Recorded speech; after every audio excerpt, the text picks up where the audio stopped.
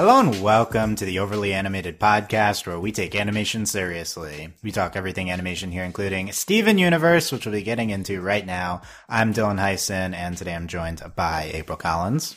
Hello. John McKenna. Hi, everybody. And Steve Zeck. Hello.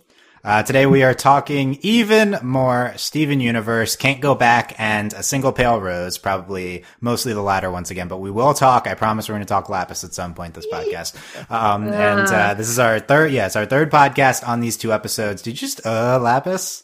Yes. Okay, we'll get into these complex feelings later in the podcast. So we did a recap podcast and then a second deep dive podcast into these two episodes. This is our third one. You don't have to listen to the previous two ones, but you could if you want to. That is at overlyanimated.com, or you can search Overly Animated Steven Universe on iTunes. Subscribe there. If you're listening on YouTube, subscribe there to not miss any of our future Steven Universe podcasts. I'm going to keep going with these Roses Pink Diamond podcasts until Cartoon Network puts out a new episode. So could be doing this for a while. And hopefully soon, though. Hopefully. Could be 10 of them.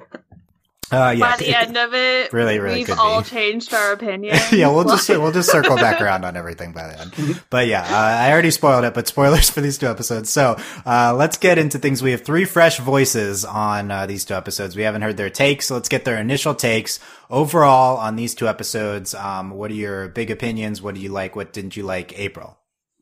So first off, I was really glad that we were actually focused on like Steven and the whole like pink diamond and all of the diamonds like situation.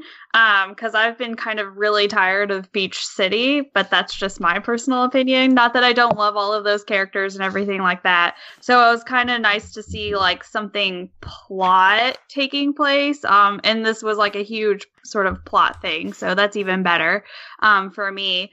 I thought they were good at what they are. As I guess it's already been alluded, I feel ways about Lapis, and I'm kind of over her as a character. We can talk more about that later.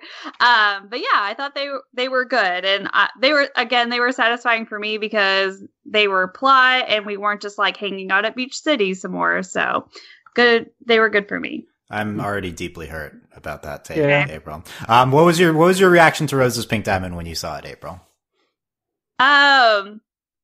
I was surprised, but then I was just like a little bit angry because like the entirety of the show they've been like, Rose isn't Pink Diamond, like you guys are all crazy, and then like and I was like, okay, so it's got to be something else then, right? And then they're like, oh, Rose is Pink Diamond, and I was like, well, okay, you guys are liars, thanks. Like, but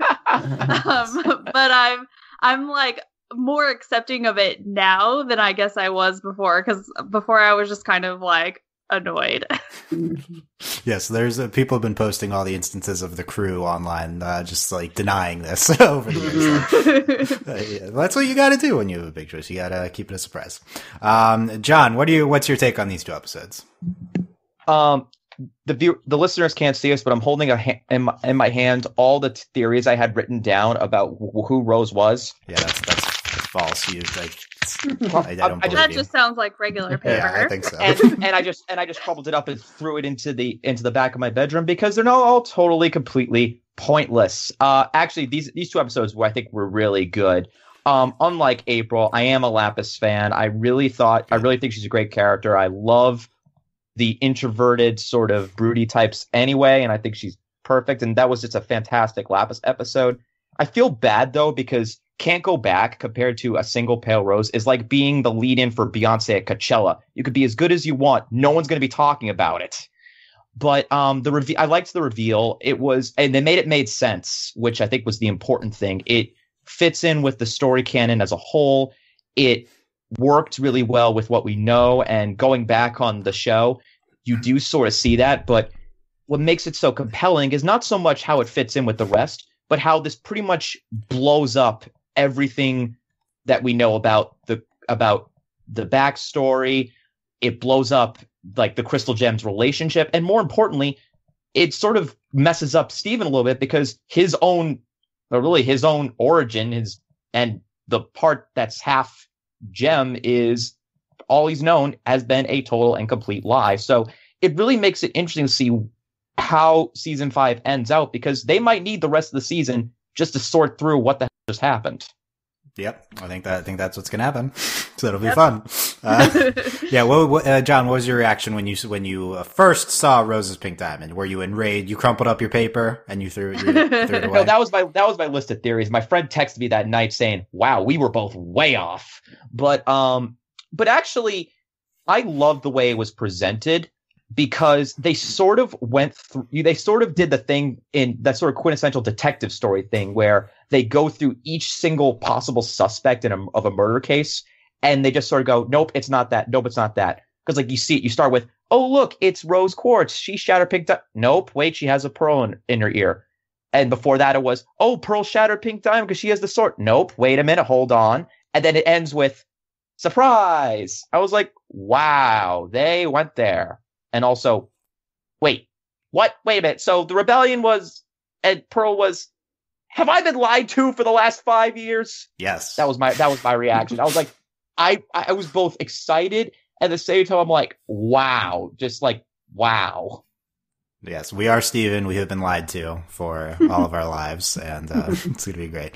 Yeah, John, breaking out the props, the Beyonce references, very well. I love that reference. That was great. Okay, good, strong start from John here. Steve, your take on these 2 episodes? Oh, well, I love them both, but I like Lapis, so I got nothing against her. And I'm excited to see where they go with that. I love the song. That was just a great song. I think it's probably one of the better songs I've had in a while. As for Pink Diamond reveal, yeah, it does make me look at past episodes in a whole different light. Though they pretty much revealed it already when Rose and Pearl were talking, and Rose said, Yellow Diamond and Blue Diamond would never understand. I knew what that meant. I knew that Pink Diamond was Rose. So when the reveal happened, I kind of knew it already. Yeah, sure you did. And I do have to question, though, look back at the zoo episode. Would Pink Diamond actually just keep people caged up? Yeah, because this is a good point. It goes against Rose's behavior when she saw, like, when Greg was babysitting sour cream, how she just let it just do what it wants. So it's kind of inconsistent there. We will potentially get to the zoo. That is on my extensive outline. Yeah, I don't get that, but I'm cool to know that Steven is technically a diamond, and in a way, I guess Yellow and Blue, are they his aunts? Are they his sisters? What? I mean, it's a kind of real dynamic right now. Yes. That's a very, very interesting dynamic. We'll see if we explore that more. But yeah, okay. So Steve, liking everything here. So we've got a lot of topics to get to. I have a running outline with your guys' feedback. I forgot to mention that too. We'll be taking your comments in this as well. And if you have more comments after this, leave more comments. I'll add them to the outline. We'll keep going forever. And the first topic I want to get here to is a hot topic we haven't hit on in the last podcast, which is Pearl and Pearl's relationship to Rose. I was very harsh on Pearl Rose in the recap podcast, and I'd like to dive into that more. We have a comment here from Stephen LP, not Steve, not you, who says, I've seen comments in the fandom and something similar said in the podcast that because Pearl was Pink Diamond / Rose. Yeah, okay. Well, let's address this for a second. This is me talking. Rose. We can call her Rose. We don't need to do the Pink Diamond Rose. Yeah. She can be Rose. Okay. I've seen comments that because Pearl was Rose's servant, then Pearl's love has been undermined because it was a result of her nature not freely engendered love. But I disagree. Yellow and Blue Pearl's relationship with their diamonds is more of servility, obedience, and sycophancy. I can't recall anything that could be identified as love, the closest to Yellow Pearl's selfie. So Stephen LP is saying that our Pearl, of the presentation of the 3 pearls that we've seen so far, our Pearl is uniquely shown as fawning over her diamonds, whereas the other 2 pearls don't have this type of love displayed. So this is a good point because I said in the recap podcast, Pearl's love is invalidated because it was, it's biologically, originated. It's in her DNA that she loves her diamond. So, it really, casts a bad light on this. This has gotten a lot of fandom talk about how much of what Pearl is doing is because she loves Rose of her own volition versus that this was hard-coded into her existence. And Joe Johnston on Tumblr addressed this and basically said that the only time that Pearl has to follow Rose is when Rose says, I order you as a diamond to do something, as she does at the end of Single Pale Rose when she tells her, my last order is a diamond, never speak of it again. That's why Pearl is physically unable to say it. She has been ordered a direct order from her superior diamond. And but other than that, Pearl is following Rose's orders of her own will. So she is not doing it because it is literally coded into her DNA, except when she gets a diamond order, which the implication is that it is coded into her DNA to do that. And of course, Rose is our Pearl is Rose's, Pearl. And, that's kind of, we talked about that last time. That's, whether at the very least she is currently, Rose's Pearl, and she's probably built that way as well. So the big question here is how much of Pearl's love for Rose is, quote unquote legitimate. And of course it's legitimate, but is it soured? Is your view of it lessened? Is it not romantic? Is it sketchy at all just because she was literally made to serve this person? April, how is your view of that? How did you react to it? How has it evolved thinking about it more? Like, in light of everything that was sort of revealed, I think it sort of de-romanticized Pearl and Rose's relationship just a little bit, because she was made to serve her. And when you think about the way, Stephen LP, I guess, kind of makes a good point because like yellow and blue, the yellow and blue pearls, they come from like obedience and, the servility and everything like that. But I think that's just because that's what they were conditioned, or how they were conditioned to show their admiration for their diamond, because there's no doubt that they all love their diamond. But I think with like Rose, she was, I guess, more lenient in terms of like the obedience and the servility. And she sort of not necessarily tried to maybe treat her as an equal, but treat her as a friend. And so I think with that, I think that's also something to sort of consider, is because like blue diamond is not the same as yellow diamond, who's not the same as pink diamond, who I'm sure is not the same as white diamond. So I'm sure they all treat their pearls differently. And as a result of that, the way that their pearl sort of shows their obedience and affection comes across differently as well. Does that make sense? Yeah, diamond dependent, and how each of their relationships, it's all going to be different. Are you okay with the show portraying them romantically going? And I guess it would just be more dependent upon like the past encounters between Rose and Pearl, because Pearl always like puts it off in a way of like very romanticized and they're in love and kind of thing. But again, she's sort of programmed to love Rose. So if she's free to sort of express that how she wants, then it would come off in a very romantic way, at least in my opinion, where not, Rose was, I guess, affectionate, but maybe not so much in the romantic way. She was affectionate towards a friend. Does that make sense? Yeah, and I think you make a good point that a lot of the past story with Rose and Pearl is still missing. We still haven't gotten that extensive romance flashback episode between the two of them. We haven't seen what they were really like. We've seen Pearl's feelings towards this a lot, and how she's getting over it, and how it was really strong in the past. But like, what did Rose feel? Presumably, from what we've seen, not romantically as well. But that could have been a thing at some point. We have thousands of years not covered here. So many years. Yeah. Steve, yes. What you seem like? Doesn't really change my feelings in a relationship, because I always thought the relationship was unhealthy. So it's just unhealthy in a different way than we previously thought. And I'm still not sure. I'm still holding on to the possibility that Pearl was originally made for White Diamond, and she's just sort of a gift to Pink Diamond. We kind of see sort of like how Earth was, I guess, seeming like a gift from the other diamonds to Pink Diamond. So So Yeah, holding. so, potentially in play. Joe Johnson says this pearl is Pink Diamond's pearl. I pretty strongly believe that means that she's made for, but you know, we can, as I've said, this twist opens up any further twist. Like we can do anything now. So this could be a thing. Yeah. And you make a good point, Steve, that it was already problematic because, like Rose was, even before this twist, Rose was already Pearl's superior. Like she's the rebellion leader. And, you could still argue that was a superior and inferior relationship. Well, so. if we're being technical, to any other gem, a pearl is inferior. I mean, that's just how society works. Right, and that's another good point, which is that the gems have this caste system. So, like, how does that factor in, John? What do you think? I was one of the last remaining Pearl Rose romance holdouts for the longest time, and because I based it on the premise that since Pearl was Rose's inferior, that you really couldn't call it love, but rather a kind of devotion, loyalty, and obedience that is almost a human in nature, that it's that devout.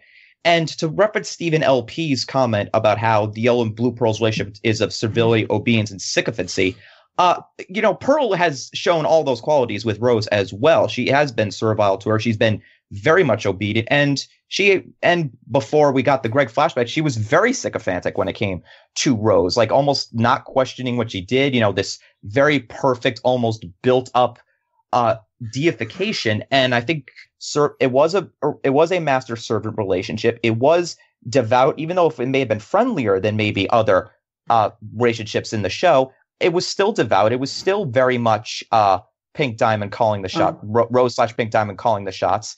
And I really don't think that we can call it, and it shouldn't be expressed as a loving relationship, because I don't think it can be expressed healthily in this kind of dynamic. I feel strongly disagreeing with John that this is love from Pearl's perspective. This is love, even if it is hugely problematic and it's not healthy. It's still love is not inherently. Romantic, but I wouldn't call it romantic.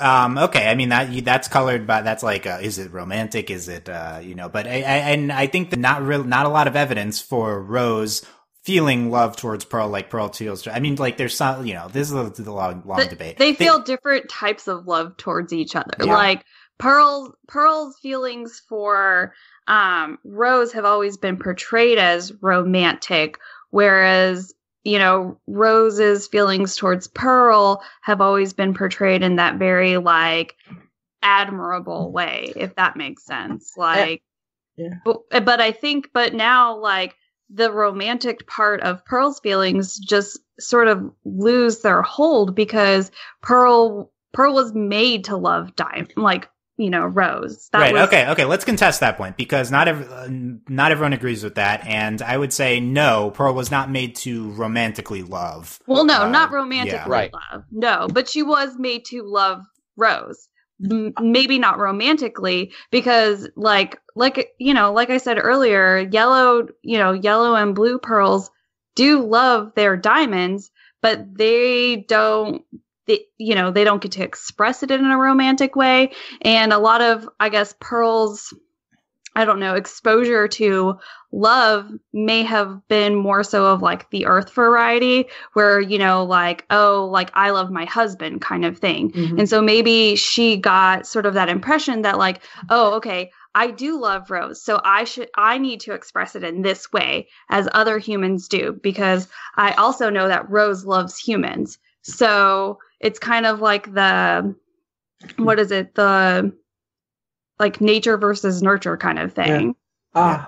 Okay, I don't agree with that, April. I think that I think Rose's feelings were legitimately developed. Pearl's feelings were legitimately developed, and I feel even though I really feel very squicky about Pearl Rose as a potential pairing now. I find myself feeling defensive about Pearl's feelings in this moment because I believe they were genuinely romantically developed. I don't think that she's imitating humans. I think that she's And I get the nurture thing, and I agree that that's a large part in the gems' behavior. That's kind of an interesting topic, like is it like nature nurture on gems coming to Earth and stuff, but and how the crystal gems have like fit into like conditioned to human society. But the important point is that Pearl's feelings, like we've seen them expressed so much, and they just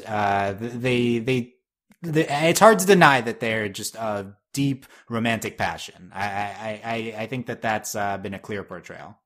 I'm gonna be fair here, though.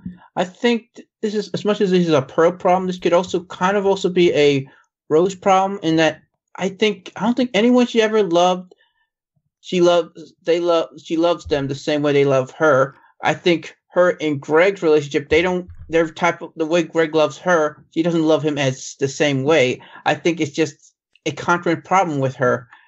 I think no one's blaming Pearl for falling in love with Rose. Like this is Rose's fault. We'll talk about that more later. I'm very critical. Oh, yeah, but she just she seems someone who just like goes in relationships like on a whim, like just like she loves to be loved. Yeah. Okay. Last point here. I guess I've fallen on the side of trying to defend the Pearl's feelings here. And isn't it some form of like deep romance that Pearl overcomes this just pure this ingrained feeling in one way towards her diamond, and feels develops this deep romantic passion towards her that we've never seen before. Like it's unprecedented of like Pearls and of gems towards their superior feeling this way. And isn't that like some hugely deep form of romantic feeling? Let's change gears and discuss something more subtle from these two episodes that we've been waiting to talk about here, which is, for the record, we are now talking about the episode Can't Go Back, and it happened in this episode. Not Lapis, though. We're not talking about Lapis. We're talking about this flashback that we saw of the diamonds, where we had this interesting line from Blue Diamonds said towards Pink Diamond, and here's what it was. She says, first there were too many organics, then their cities were too difficult to dismantle, and now these crystal gems. We're tired of your excuses, Pink. So that was a quick line from Blue Diamond in the flashback. And I missed this at first, but she says their cities were too difficult to dismantle. This is new information about the gems on Earth. What's going on here? April, what's your initial thought on this line? Well, because what was it? They said that the gems have been there for thousands upon thousands of years or whatever, like 5,000 years. And I was like, how evolved were humans at that point? And then even in the next episode, she's talking about like, we can live amongst the humans. And I'm like, are humans there? Like, also, why are you having so much problems like dismantling their cities? Because they have to be like early age humans. So that means that their cities can't be like that well developed or anything. Like, are they just huts? Like, are you having problems like creating a gust of wind to blow them down? I was really confused. I think it's pretty clear she's just lying to them to protect the humans. And I do have to wonder what the early rebellion was. Pretty much Pink Diamond rebelling against herself. Is she creating an alter ego to rebel against herself? I mean, yes, that's a lot of work. Yes, that is what is happening, it seems like. Why don't you just be honest? Like, use your power for good. April mentions the timeline here. Here's David about this. In Can't Go Back, Blue Diamond says Pink was complaining their cities were too difficult to dismantle. Are we to understand that humans had cities at that point? Weren't they still hunter-gatherers? Or did the colonization and rebellion really just go on that long without impeding human social development?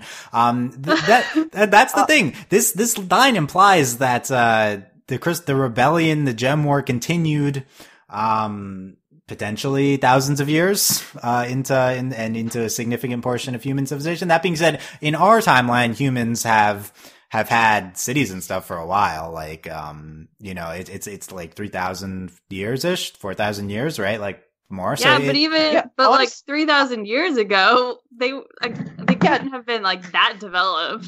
You know what? Actually, I could believe that the gem war existed in tandem with human civilization. In fact, I think one of the theories I had about which has not been destroyed, by the way, by these two episodes, amazingly, is that Rose Quartz's rebellion was a gem rebellion, but it was also human assisted. Like the humans were helping with the side because Rose definitely had a relationship with humans. I do think that it is possible that the Gem Rebellion did exist at coinciding with very basic human civilization, and that maybe being too difficult to destroy. It could have been maybe Pink Diamond trying to get out of fighting it. But what I really think in that whole quote, the one thing that sticks out to me more than anything else was the line, and these crystal gems.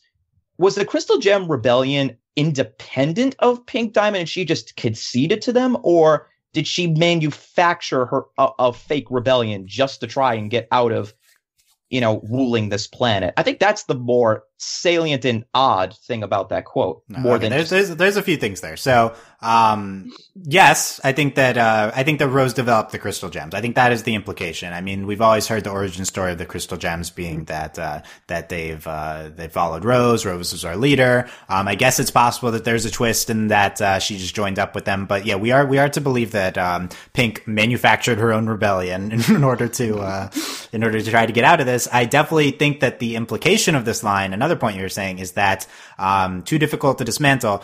That's in quotes because we know that Pink really wasn't trying to dismantle them. Blue doesn't know that, but we know that Pink wasn't really trying to thwart human civilization. She was trying to protect the humans. So the story isn't that the human cities were hard to take down. It was that they were trying to do that. That's kind of the thing that stands out. And then, the last thing you said, John, was, that the humans helped out with the Gem Rebellion. That has not been presented on the show. That could be interesting. It has not, but given how much of a relationship Rose had with humans, which we could kind of say was at the time unprecedented for a gem, it is certainly possible.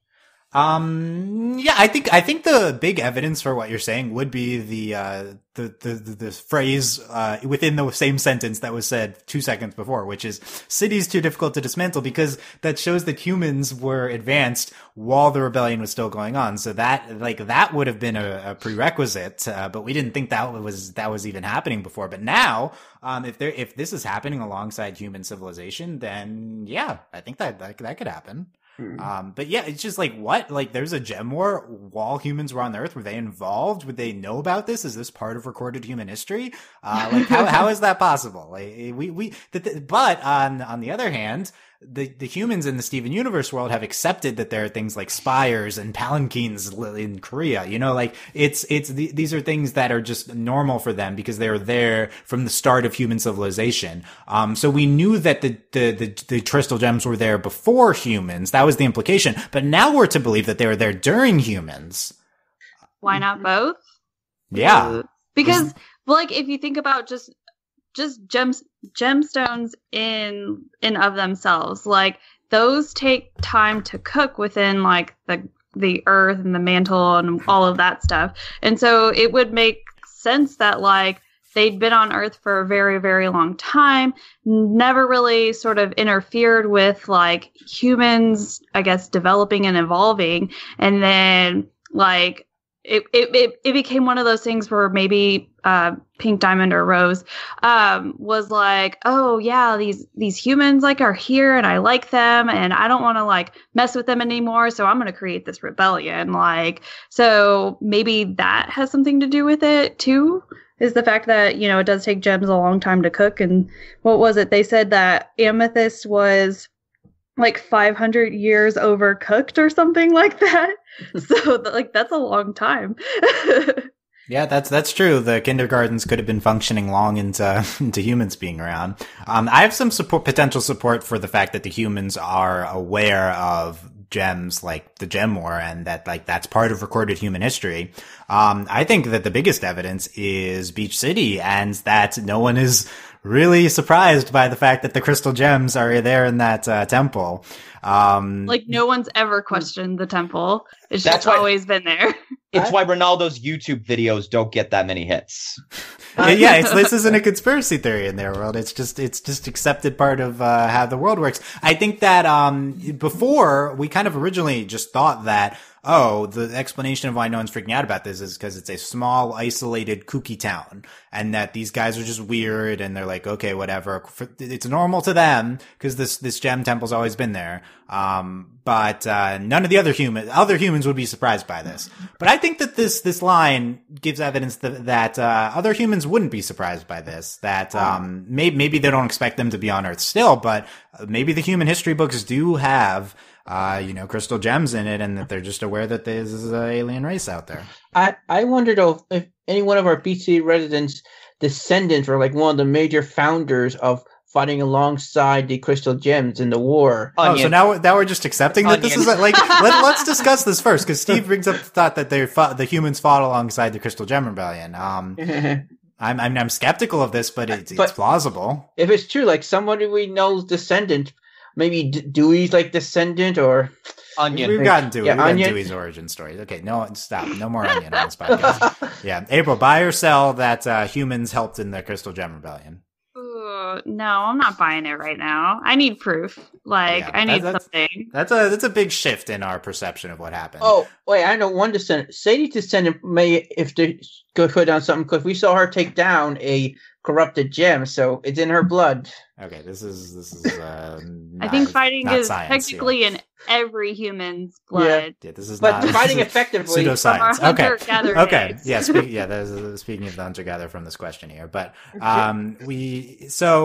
this is part of a long established alternate Earth that we have been seeing from Steven Universe, because we've seen maps and we've seen that there are holes in random places throughout the Earth. Is most notably Russia does not exist; it's just a gaping crater, and it begs the question, like, does the gem war happening? Was that the cause of these holes? Was it the cause of these different weird things that we've seen on Earth? Like, is this our tie-in to everything? That, the humans, the gem war just really affected the Earth, and, humans were there. I think all of that's in play, but more so, like, this is just another thing alongside this weird alternate, version of our planet that we have seen from the show. And I think the show specifically takes you off guard by putting it on Earth and making most things the same.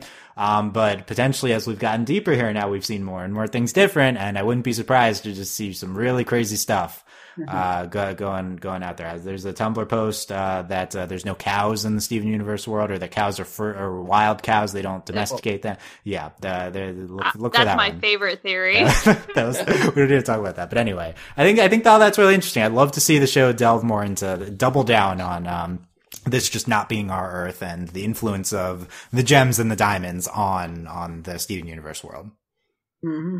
Yeah. Can you just imagine, like, Rose Quartz being like, no, these cows, you set them free. She's like the crazy people who want to set animals free from the zoo.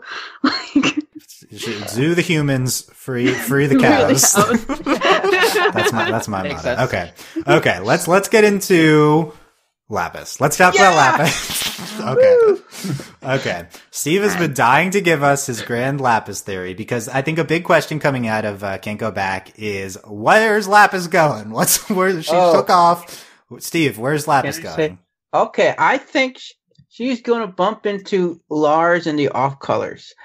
I see the very many parallels between Lars and Lapis beyond just their names starting with L, and that they both in the past they've been sort of, I hate to use this word, but especially in Lapis' case, but I gotta use the word cowards in search of situations. How dare you? And they run away, and they feel bad about it, feel guilty about it, and I think Lapis, she really doesn't want to go back. She's hesitant to go back because she feels guilty over her hurting Peridot, just like Lars felt guilty for pretty much abandoning Sadie to save his own hide back during the gem invasion.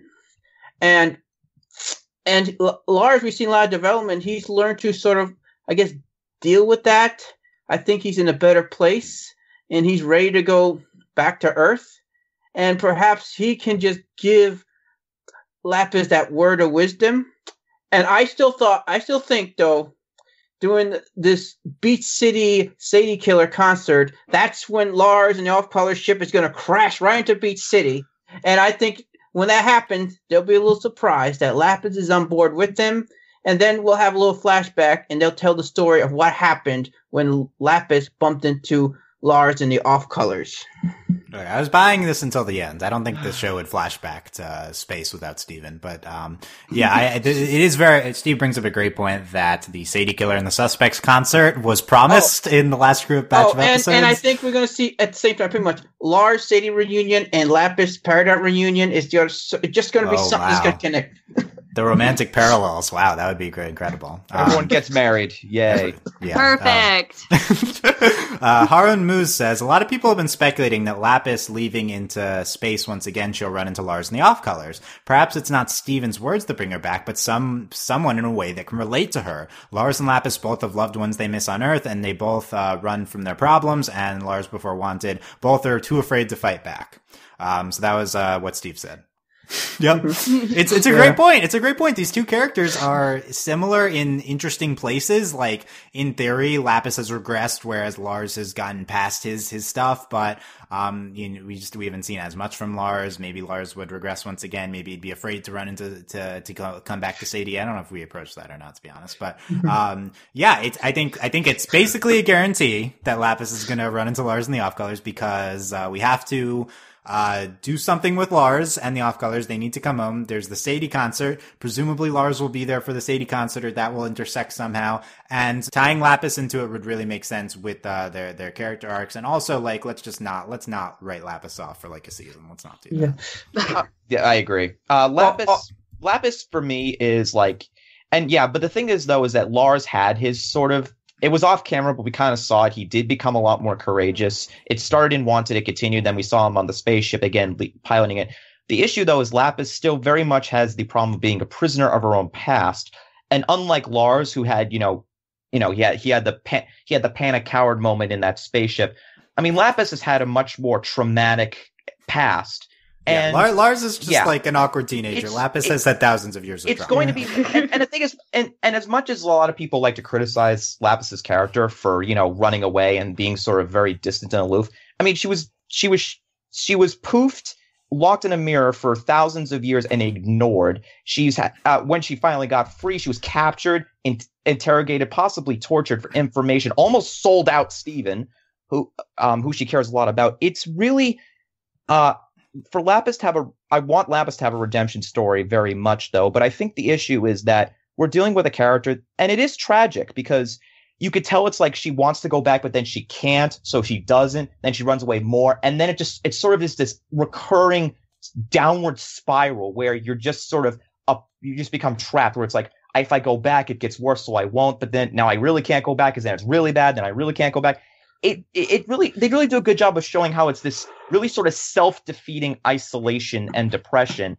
And and I think the longer I hope they do it soon, because the longer Lapis is in that mindset, the harder it is to then get her out of it so that she can come back to Earth and have it be a very meaningful character development moment. I'm not entirely sure Lars, although he is better, can make that bridge by himself. Oh, but I love the idea though of someone other than Steven being the one to save Lapis. It's something that's long overdue. That someone gets saved by someone that's not Steven, but influenced maybe by Steven indirectly, but in a way Steven could never do it himself. And also, I do think with Lapis, she's digressed a bit. But I think she could turn it around. It would be nice of showing of gems that humans maybe are capable of more things than they give credit for. Because Lapis, I think, like pretty much all gems, they kind of, in a way, subtly look down on humans. So to have a human maybe give some wisdom, that would be sort of a great little moment for the human race. And technically, Steven's only half human, so... Yeah, also he's Pink Diamond, but... Also... Only Pink Diamond. This also reminded me of, I think Alex brought this up after the November stories. It's like when Lapis was on Earth, a lot of these emotions that she had, a lot of the trauma she had, it was never actually really dealt with either. It was pushed to the side in the name of peace, which was, which shows that whoever it's going to be, like Peridot was obviously not the kind of person that's going to create emotional breakthroughs in any character at all. So it really is. So it's tough to say she regressed. She in a spiritual sense, she never really progressed. Yeah, I think that's a great point. She's really just not kind of progressed.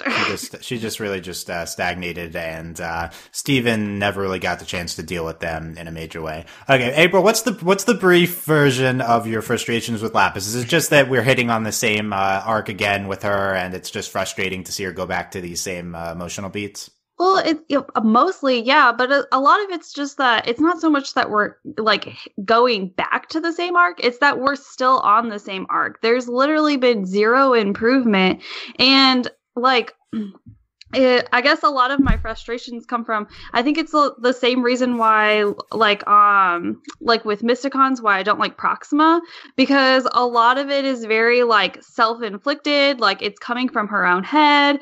It's just really funny because she's always like, the diamonds, they're coming after me, and it's like, I don't even think the diamonds remember that you exist at this point. Like, they clearly have better, like, and bigger things to worry about, like who killed their sister or whatever, Pink Diamond was to them. So I just think that like she's making a lot up out of herself. And yeah, she's been through some very traumatic things, but she shows no like willingness to become to better herself from those experiences. Like, I mean, there was at a point where we thought, okay, maybe like Steven will get her to like sort of move past it. And yeah, she stayed on Earth, but it was I think it was another one of those situations where she just didn't really know where to go because she's so convinced that the diamonds are coming for her and they're going to shatter her. And it's like, there has been no indication that that's what they want to do to you. So where do you continue to get this? Like, yeah, you were trapped in a mirror, but you were just trapped in a mirror. Like they legit forgot about you. You even said that yourself. So I think I'm just very over it. Like I would love for Lapis to like be better, to learn something, to be more courageous or whatever it is. But at this point, I think she's just inflicting all of this upon herself.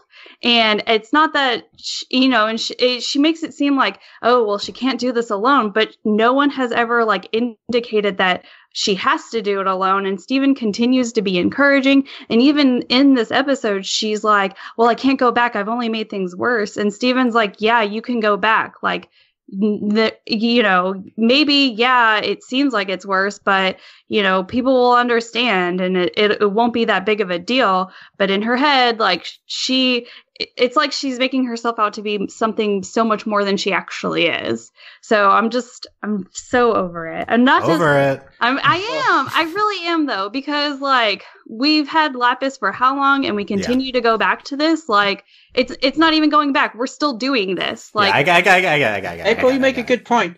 If they're not coming for Parada, who called one of the diamonds a clod and was out and just made her intentions as a traitor clear, they're not coming for Lapis. Yes, exactly. Yes. I think everyone agrees. And April speaks for a large portion of the fandom there, so I'm glad we got that viewpoint expressed. My response largely to what you're saying, April, is, yeah, that's true. ... And that's why it's so great. Like that's, I think you're saying a bunch of things that are true that I love about it. It's like, it's this, really like horrible thing that she's going through. It's real. It's raw. And the show has convinced me that I want to go, on this like, this traumatic arc with Lapis, because I think, and no one understood the Mysticon's comparison, but the difference between Proxima and Lapis to me is that I understand Lapis's suffering. I've been through it. The mirror episodes have been incredible, and I get I get the trauma she's doing through, and it's so relatable and real. And she can't get out of this cycle. She can't get over the past. It's like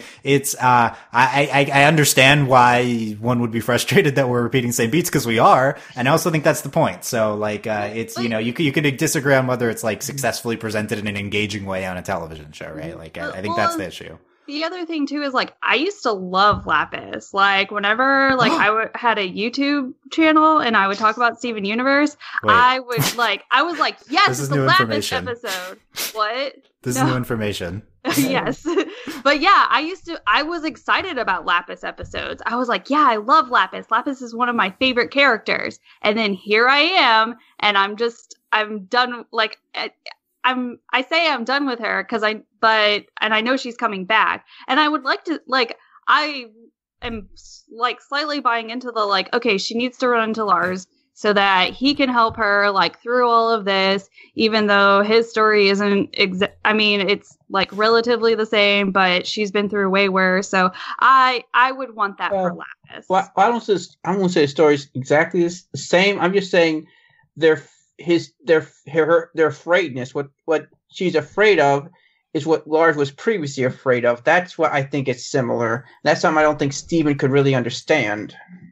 Yeah. I wonder with the Lapis frustrations, because it's definitely not just April, it's a lot of people. And even though I love it, I clearly understand where it's coming from, because we have done the same beats with her. I wonder if it's a result of the show extending it over such a large period of time, and that if we did this Lapis stuff within a season or two, or maybe even if the show just didn't air 5 episodes a year, then it would be more tolerable. Like we would have, like if you binge the show, is this going to play differently? Is this going to be something that more people buy into her arc? Or maybe just the Steven Universe just takes too long-term a view with its character arc sometimes. I would say potentially similar things with Peridot. We've tabled her for large portions of the last 2 seasons, and so like maybe Lapidots. Even if we have the Lapidot reunion, would that even be like emotionally successful? We've barely seen them that much recently.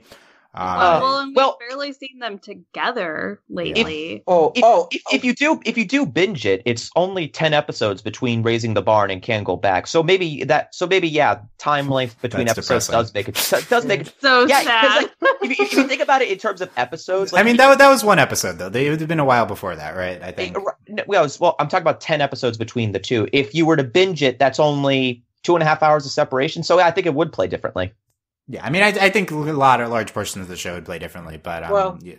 But the other thing too is like it seems like what is it? Because we kind of like we did the Amethyst arc, and then like we've kind of done like we've done the Peridot arc, and Jasper's sort of over, and so it's like why are we why this character are we continuing to like extend out this like arc? And I think it would just be better if like we were actually just moving somewhere with her, but it just seems like it's like we're not even going like 2 steps forward and 1 step back. It's like we're maybe taking half a step forward and then we're going to jump 10 steps back. So there's not any progression. Right. Which again, I think is the point of the trauma they're trying to experience. And I think the answer is why are they doing this? The show's taking a series wide view of this Lapis arc.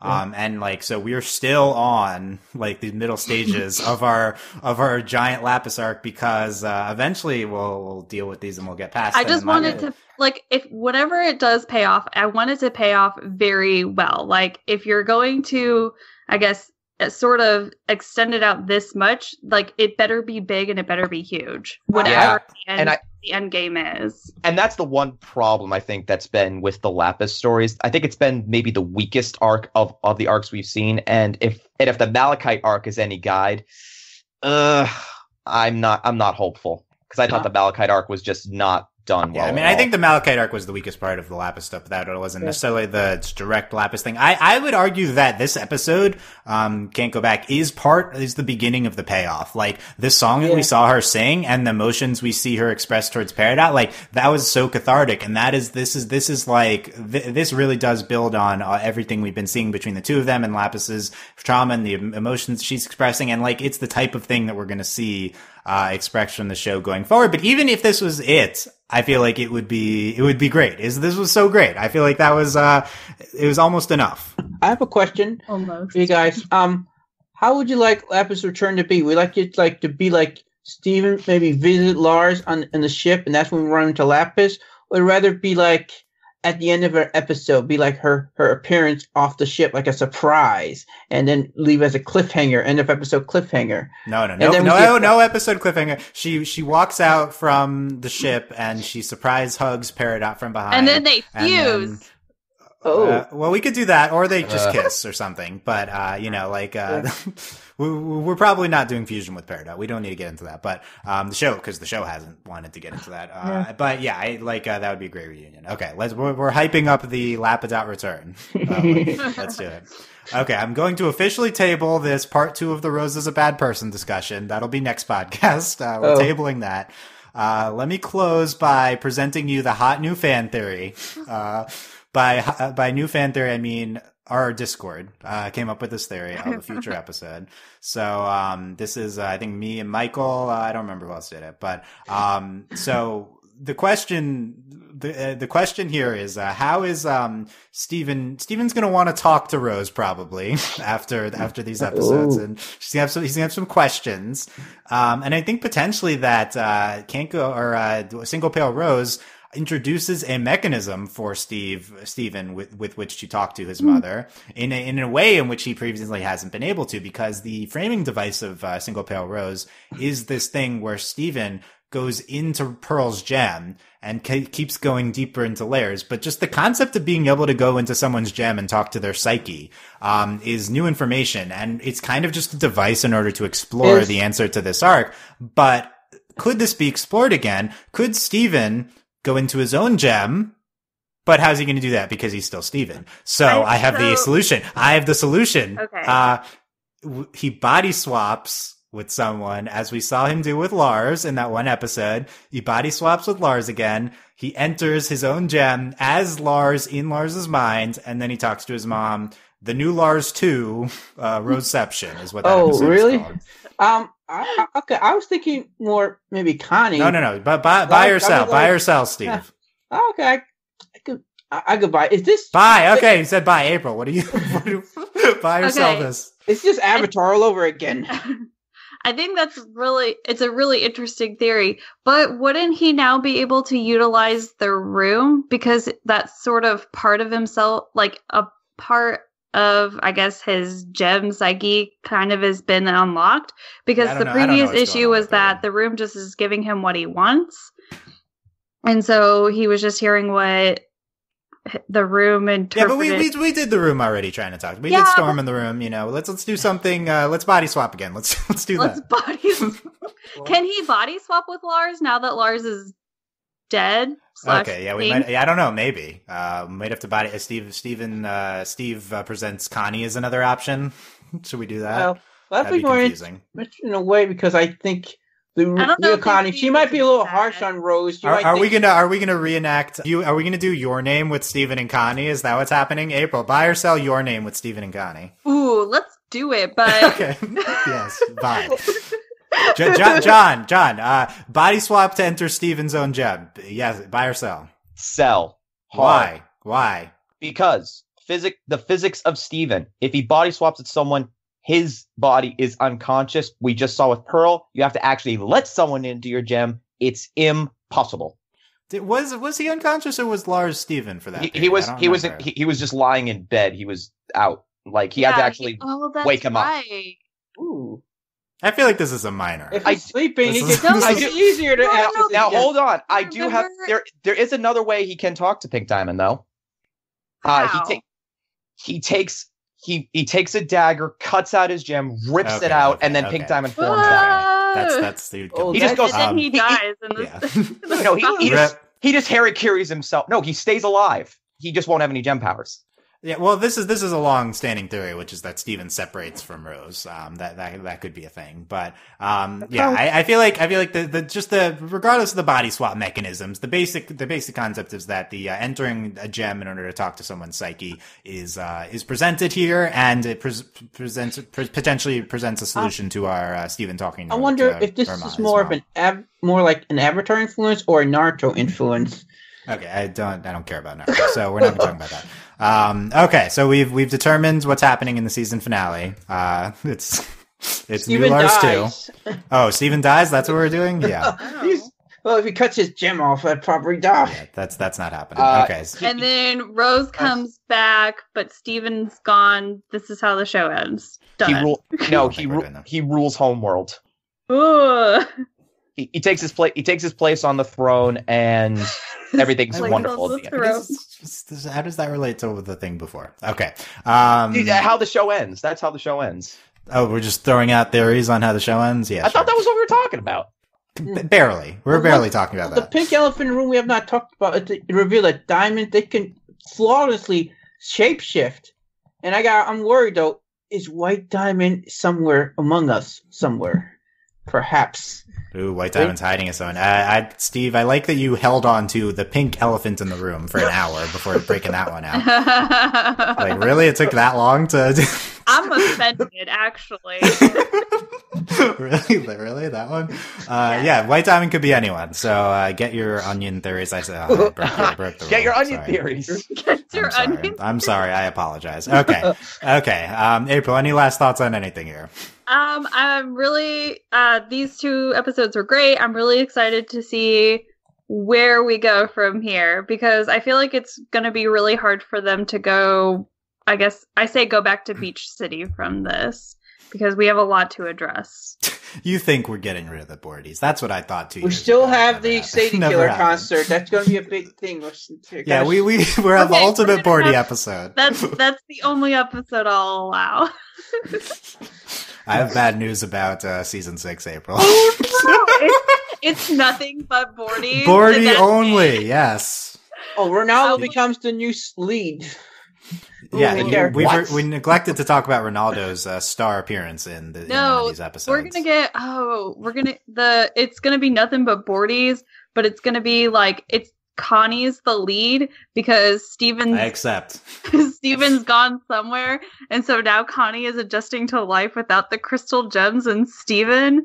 It's gonna be raw. Yeah, where's our Connie school life spin-off show? Yeah, that's My gosh. Okay, John, final thoughts. This is something I mentioned on Discord, but I'd love you guys' thoughts on this. What are the first 3 apps Pearl downloads on her phone? Go. Pearl does not know how to download apps. That's the Amethyst is going to teach her. What are the first 3 apps? The female dating app, obviously. I think that's She's gonna download Tinder because she wants to learn how to make a fire. Yeah, exactly. They could make that joke. Yeah, something like I don't think we could. Except use that, they won't call it Tinder. They'll call it something like I don't know. Yeah, what apps could Pearl get confused by their names of? Yeah. Learn how to homestyle your pets. What? Finally get Lion to properly behave himself. Yeah, a lion training app. I feel like Pearl would have one of those like what is it, like the coloring book apps that they have for like kids, where she just taps it and it's supposed to be stress relief. There's probably an adult coloring book app. Yeah, that she would do that. She'd probably have Angry Birds because she'd want to like comfort them, but then realize she finds it very soothing. She is one of them. She is an Angry Bird. Yeah. Okay. I would love it if she would probably download Tinder for the for maybe that reason, and then the algorithm would match her with Greg. No, Ooh. pass. Could Pass. kind of see the show doing that, but pass. He did have that on his tablet. Who? Greg? Greg had that on his tablet. Okay, we'll have to check the tapes on that one. Tapes. Steve, final thoughts. Oh well, I'm interested. I'm really excited to see where we go with this. Now that all like Amethyst and Garnet knows about this secret, I thought for a moment though that Pearl was in the clear, that she technically didn't break her promise, and Steven in a way is Pink Diamond, but cat's out of the bag right now, or the lion's out of the bag. And like I said, I'm excited for the big Sadie Killer concert because I expect big things to happen there. Yeah, it looks like it'll be a very small town episode, but I expect big things to happen. Steve, you're setting yourself up for disappointment here. Haven't we learned our lesson by now with these Boardy episodes? With April. And I'm still waiting for the big. I want to see Topaz again. Get the big Topaz redemption. Topaz? That's where you're going with this? Topaz. Where's Aquamarine? Come on, man. Jeez. Yeah, Dylan wants Aquamarine. Where's the Yeah, but I think they're going to invade. They're going to crash the they're concert. not going to see Aquamarine and Topaz in the season.